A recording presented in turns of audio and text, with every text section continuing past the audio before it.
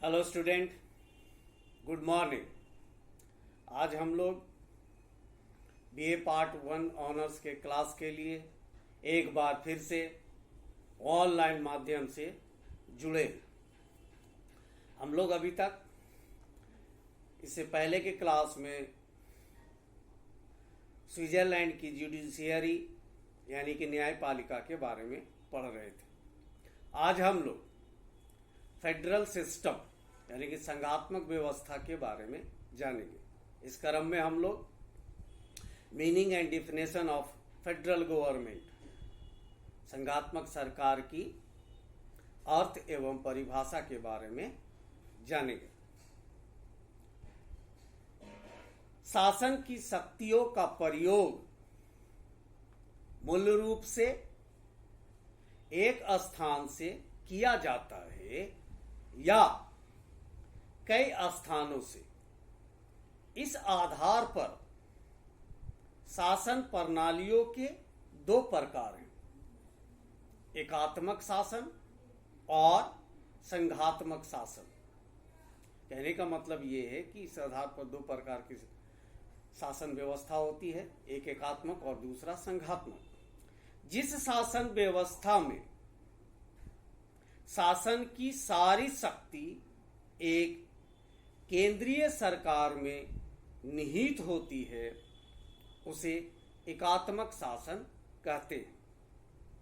इसके विपरीत जिस शासन प्रणाली में शासन की शक्तियां केंद्र तथा राज्यों के बीच बटी रहती हैं उसे संघात्मक शासन कहते हैं।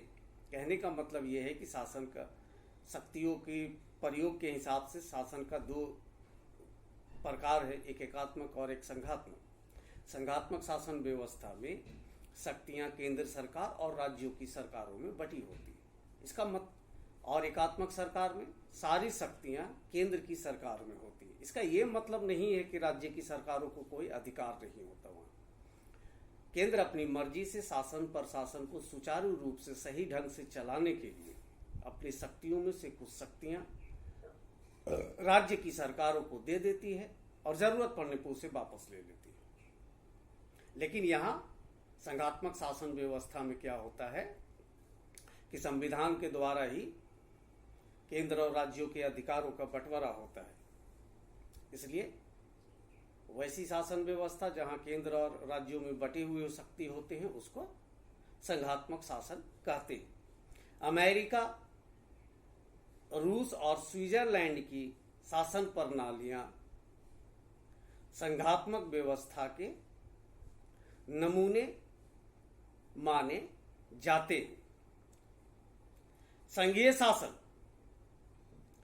शासन व्यवस्था के अंतर्गत एक नवीन या नई देन है। संघ शब्द अंग्रेजी भाषा के फेडरेशन शब्द का हिंदी रूप है, जो खुद लैटिन भाषा के शब्द फोएडस से निकला है, जिसका अर्थ है संधि या समझौता। इसलिए शब्द की दृष्टि से, शब्द व्युत्पत्ति के दृष्टिकोण से समझौते द्वारा निर्मित राज्यों को संघ राज्य कहा जा सकता है। संवैधानिक दृष्टिकोण से संघात्मक शासन का मतलब एक ऐसा शासन से होता है जिसमें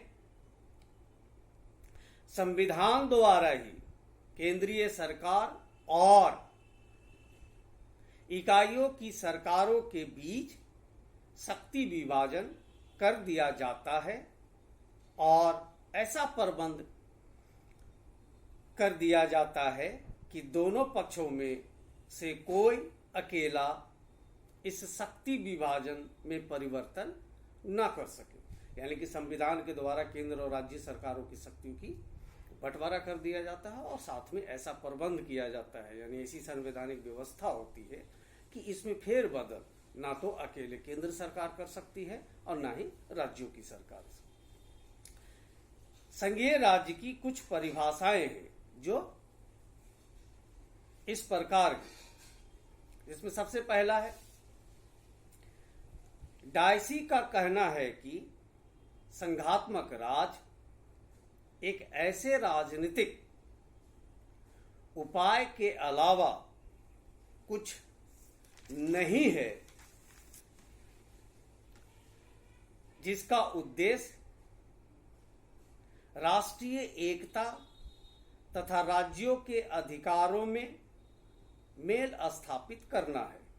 कहने का मतलब डायसी के अनुसार संघीय राज्य व्यवस्था ऐसा है कि राष्ट्रीय एकता तथा राज्यों के अधिकारों के बीच में मेल स्थापित करने की एक सिस्टम है या एक प्रक्रिया है। दूसरा, फाइनर के अनुसार संघीय राज वह है जिसमें शक्ति व अधिकार का कुछ भाग स्थानीय क्षेत्रों में निहित हो या मौजूद हो, व दूसरा भाग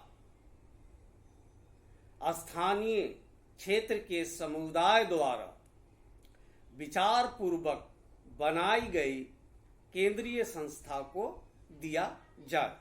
यानी कि फाइनर के अनुसार संघीय राज वह है जिसमें क्या होता है कि अधिकार व शक्ति जो है उसमें से कुछ स्थानीय यानी कि राज्य सरकारों को दे दिया जाए और राज्य सरकारों की सहमति विचार से बनाई गई जो केंद्रीय सत्ता या शासन होगा उस संस्था को बची हुई बाकी जरूरत की शक्तियां उनको दे दी जाए।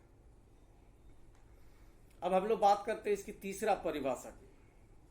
अमेरिकी लेखक हैमिल्टन के शब्दों में संघ राज्यों का एक समुदाय है, यानी कि कई राज्यों का मिलकर एक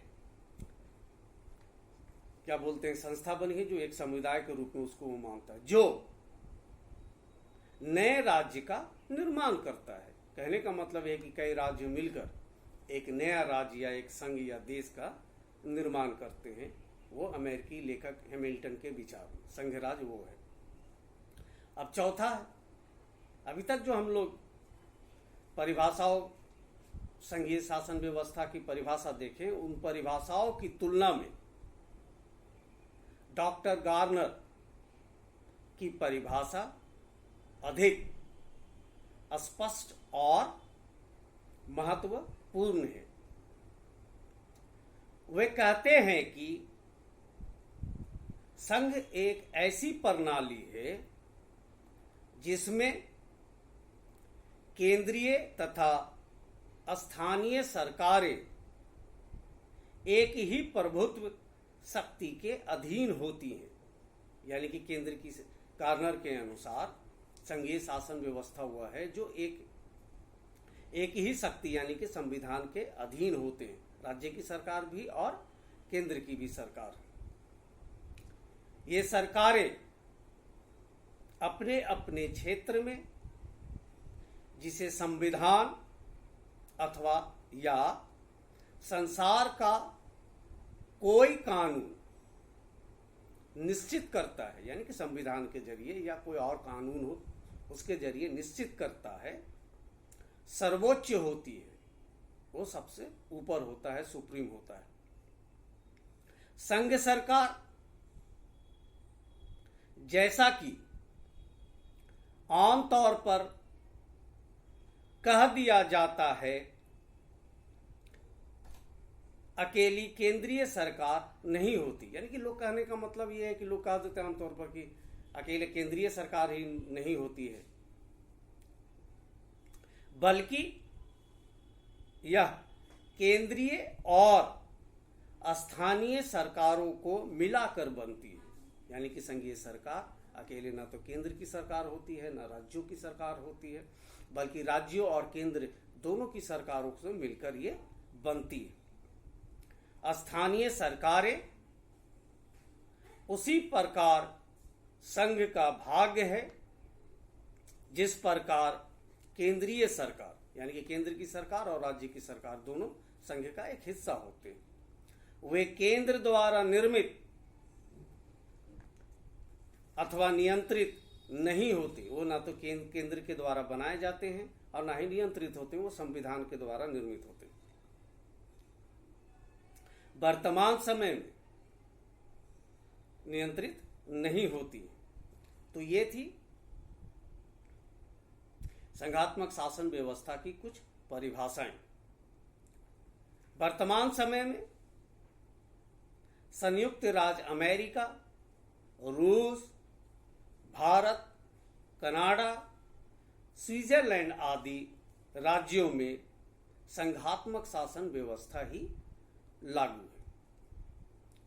तो हम लोग आज पढ़े संघात्मक शासन की अर्थ और परिभाषा के बारे में जाने।